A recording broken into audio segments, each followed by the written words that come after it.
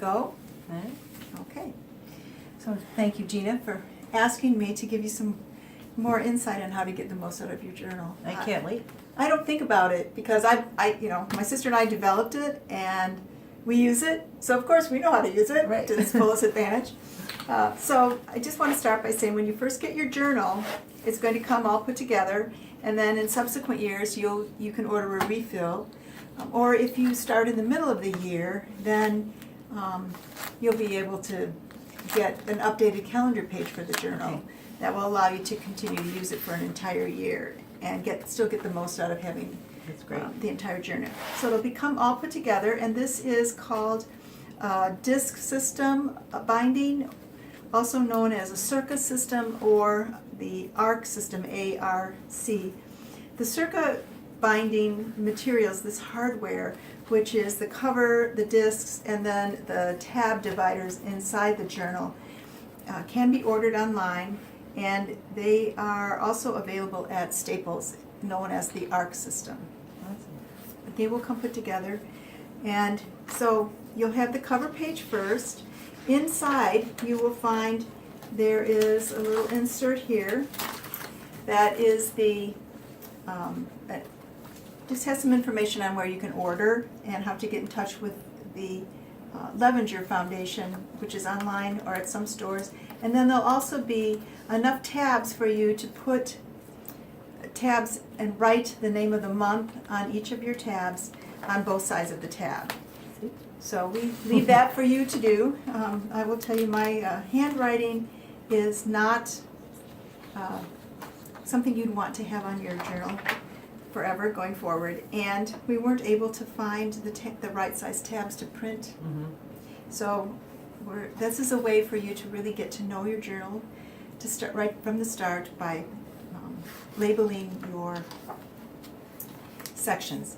The very first section of the journal, prior to the journal itself, is a few pages that really talk about what the journal is, what the format of it is, and the journal brings teachings from a number of indigenous cultures, primarily from Turtle Island or the United States or the North American continent, but also incorporated in there are some of the Celtic traditions and some Buddhist traditions.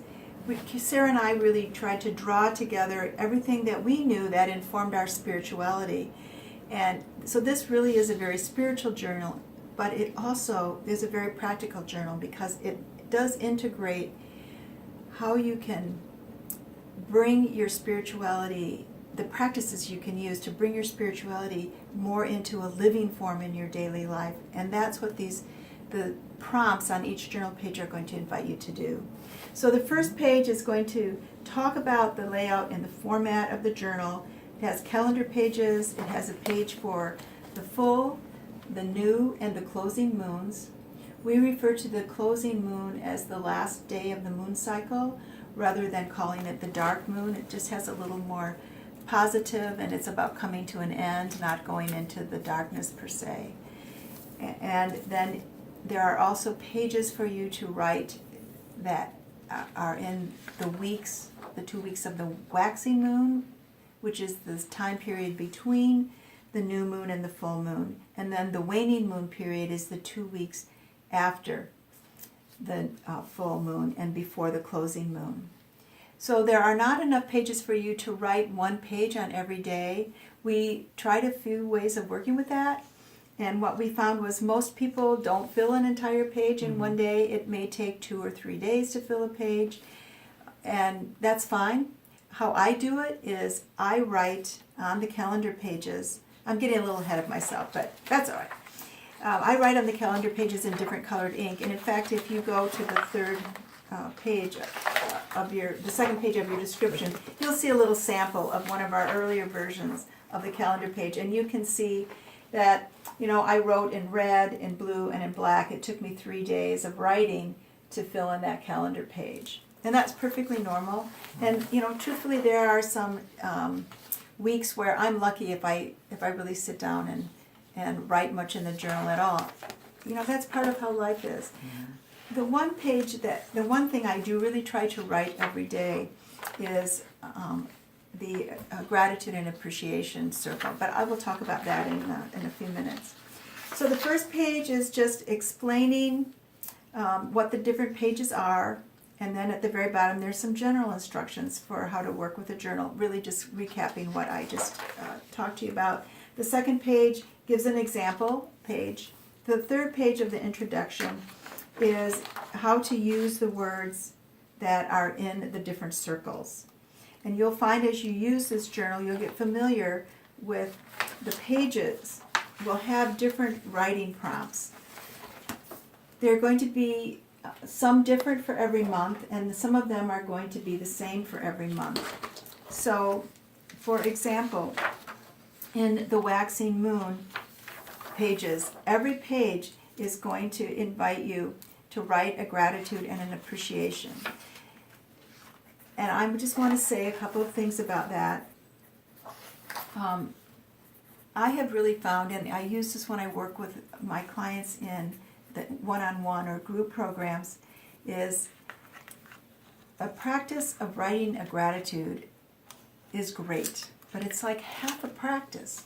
Because if you don't write what you appreciate about what it is that you're thankful for, you're not really anchoring it in your body. So here's a little example. If I would say, I'm grateful for my husband. Well, that's nice, but what is it specifically that I'm grateful for? All right, I'm going to be, I'm just going to say, I'm grateful that he is the one who does all the laundry. Mine does too, yay! And so, what is it that his doing the laundry, how does it impact my life? I appreciate it because it opens up my time. Mm-hmm. And so I have anchored the gratitude. I am less likely to fall out of gratitude because I'm remembering what his behavior does or his actions do. And it also takes me to the place where I can start to be grateful for things that are more painful, because when I go into the place of why and how, I can start to see how even the tough stuff is a blessing in my life. Mm-hmm. So that's the one page that I try to write every day, and I will try to write 3 things. And there's enough space if you write small to write 3 days of gratitudes in your space. Then, so this the introductory page that talks about these words, it explains, like in the waxing phase, if you have a morning contemplation, you may receive a message. Write down what the message that you received from higher guidance was. You may have or want to do a little time to review what your last day was like, or what's going on in your life, and to be aware of what that you might want to let go of or release. We talk about alignment and awareness in one of the circles. So this invites the writer to say, how am I coming more into balance in my life, into alignment with within my own being, or in my relationships, or in my work, and or what am I becoming more aware of? Then in the larger circle is the word vision. This is, for me, how I use this circle is whatever message I'm getting and whatever I've written in these circles, it helps me to get a vision for what I want for my day, sometimes even what I want for the next hour, if that's the way my day is going. It is also a space that I can begin to write what I want and desire for my future going forward. These are the kind of things that kind of come to us in little blips of awareness and ahas.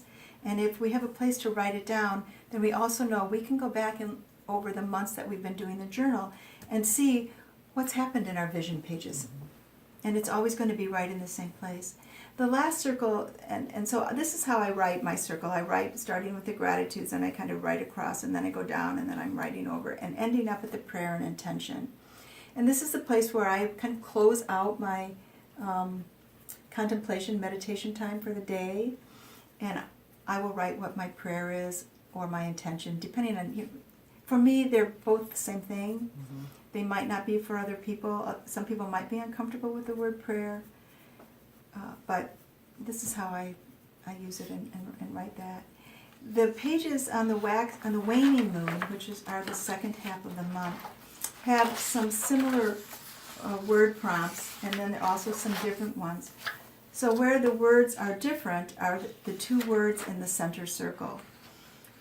The word, instead of message, we have a lesson. In the second half of the moon cycle, we're living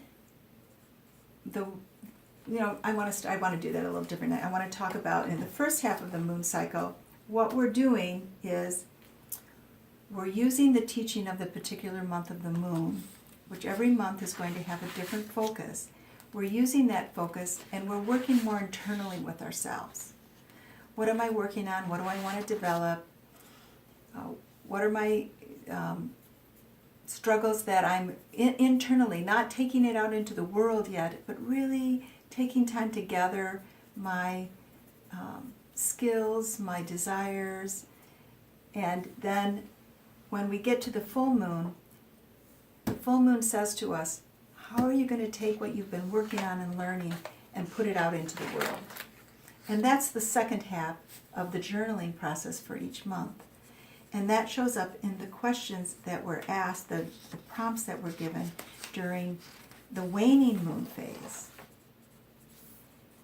So the two words in the center, rather than being message and vision, which have to do with the learning and taking in and becoming process, to an expressive prompts. What is the lesson that I've gotten so far this month? And how am I going to manifest this in the world now? Not in the future, but in this day or these weeks. And you will also see that on each page there's going to be a little phrase. So I'm looking at the phrase for May in the waning moon page, and it says, I listen with my heart as well as with my ears. So May is the month where we're learning the lessons of hearing truth, what it means to hear truth in our life. So all the prompts are going to have to do with that particular sense, because we're developing that sense more fully. And what you'll see is that the first 5 months of the moon cycle journal, the teachings have to do with the 5 senses. So we have touch in January, we have touch, taste, hear, see, smell. Those all come up in the first 5 months. And then the remaining 7 months have to do with how we integrate these senses and we live truth, we love truth, we share truth. And you'll get those in the later parts of the year. But you can start the journal at any month. And my experience in working with people is the month that they get the nudge to do this work, that's exactly the month where they need to start, which whatever teaching lesson that is. So it doesn't really matter if you don't start in January. You'll still get access to 12 full months with your journal purchase. So any questions so far? Jumped around a little bit. You know what, can you go back to when you said the phases of the moon? I would actually like to understand them again. A little bit, okay. From the full moon appears at the middle of the month. The full moon's at the middle of the month. And it's the waxing that leads up to it? The waxing moon will lead up to the full moon, and then the waning moon follows it. So Okay. this information is on the third introductory page. Okay. There'll be a little paragraph that explains each of them. And there's also a little exercise or an invitation. And if you do the exercises for a few months, you'll find that you come so easily into the rhythm. I mean, the moon cycles so support us in living in rhythm and balance, but we have to learn to pay attention to it. And so that's what the exercises will do.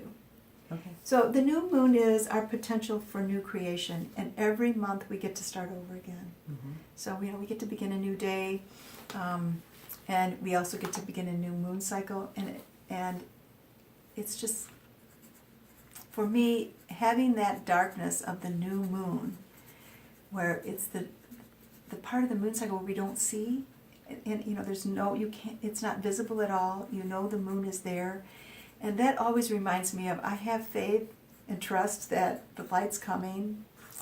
I'm going to, if I'm feeling in a particularly dark period, Sure. I will cycle out of it. I can come to trust that. And the moon reminds me of that.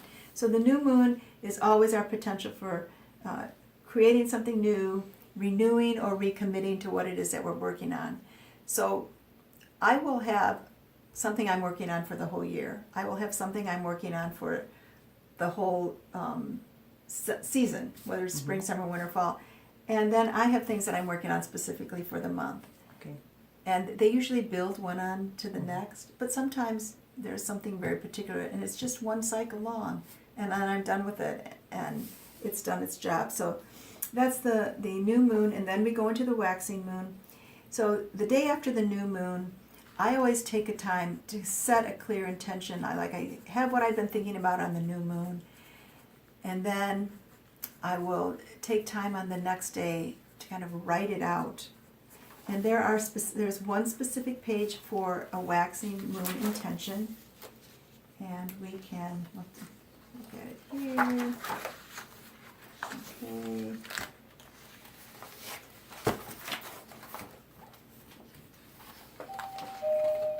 The waxing and wait. Oh, can you pause that? There we go. All right. So on the waxing moon, the very first day after the full moon, we have a page for the very first day after the new moon, we have the waxing moon day. That's not an official day if you are into astrology or astronomy, but we have decided that we need a day to really get clear, gain more clarity about what we're going to work on. Every month we'll have one specific word or prompt for the waxing moon period. For January, the word is connect. January's teaching of truth is around to touch truth, to learn truth. And the very first way that we learn when we're born is through touch. Mm-hmm. It's through our connection. So that was where this word came into. And there will be some brief instructions about writing this. And every month we'll have different words connected to the prompt. So for January we have see, feel, hear, and know.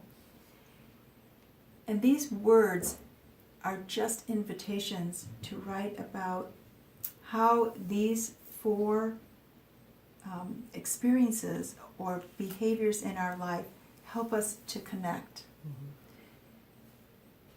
And again, it's what people will write in here will be different depending on what these words mean to them. Mm-hmm. And how connect. So the phrase is, I surrender to the sacred space around me, for sometimes I can only hear the voice of my heart spoken through another.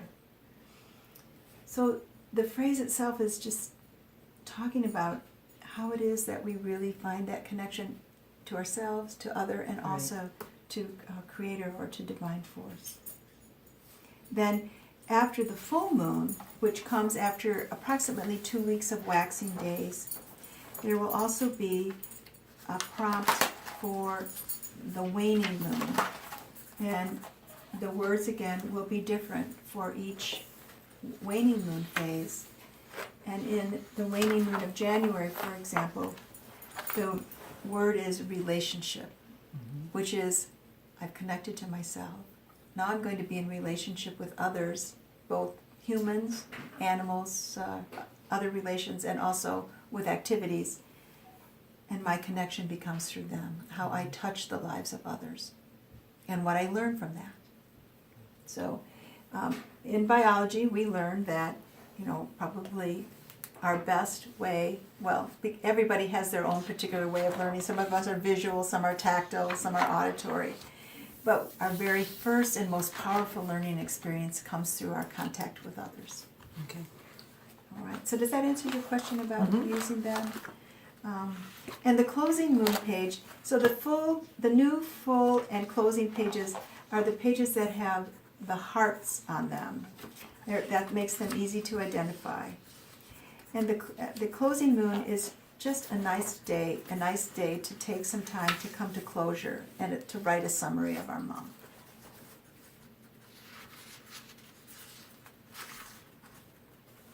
And again, there's a small poem.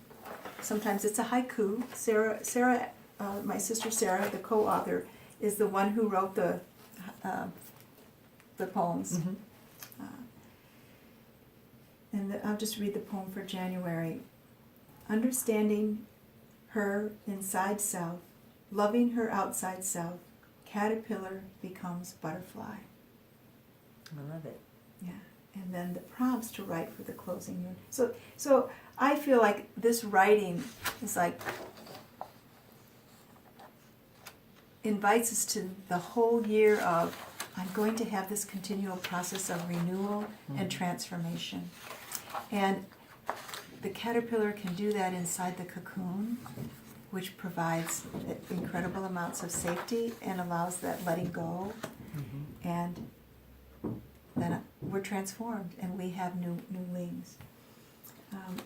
So the invitation to write in these circles or these hearts here, I am friend to myself. I am ready to grow. I relate to my world.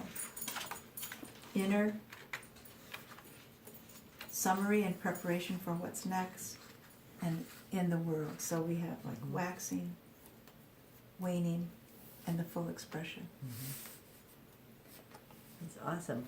I've tried to show it at the beginning, but everything is based on the cycles of truth, which was what I really liked. Right. So I think I'm at the back side of the journal. There it is right here. So it's the first month is learn truth, then honor truth, know and accept truth, see truth, hear truth, speak truth, love truth, serve truth, live truth, work and walk truth, share truth, thank truth, and wholeness of truth. Right. Right. The 13th cycle is about bringing it all together. And not every year has 13 cycles. The 13th cycle really is represented by those years that have full moon. Oh, okay. And so on years that there isn't a full moon, the recordings that you also get when you have access to when you use the moon journal will talk about using part of the December moon cycle to kind of bring your vision for the year together. Okay. Now, on years that there is a blue moon, it can come in any time of the year. And how that gets used is we take that blue moon cycle, which is the cycle where there are 2 full moons in 1 month. That's what makes a blue moon. Okay.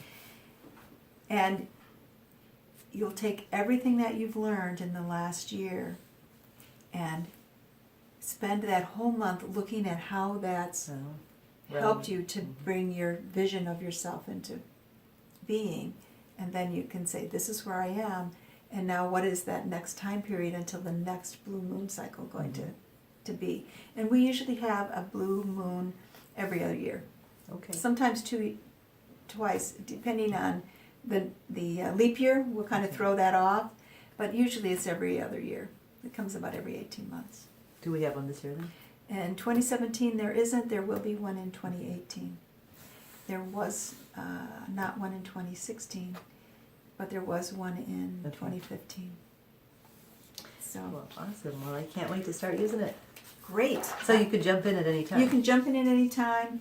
The other thing I just want to say in one of the introductory pages, it gives just a little bit of information about the cycles of truth, and I want to just say, I didn't make these cycles of truth up.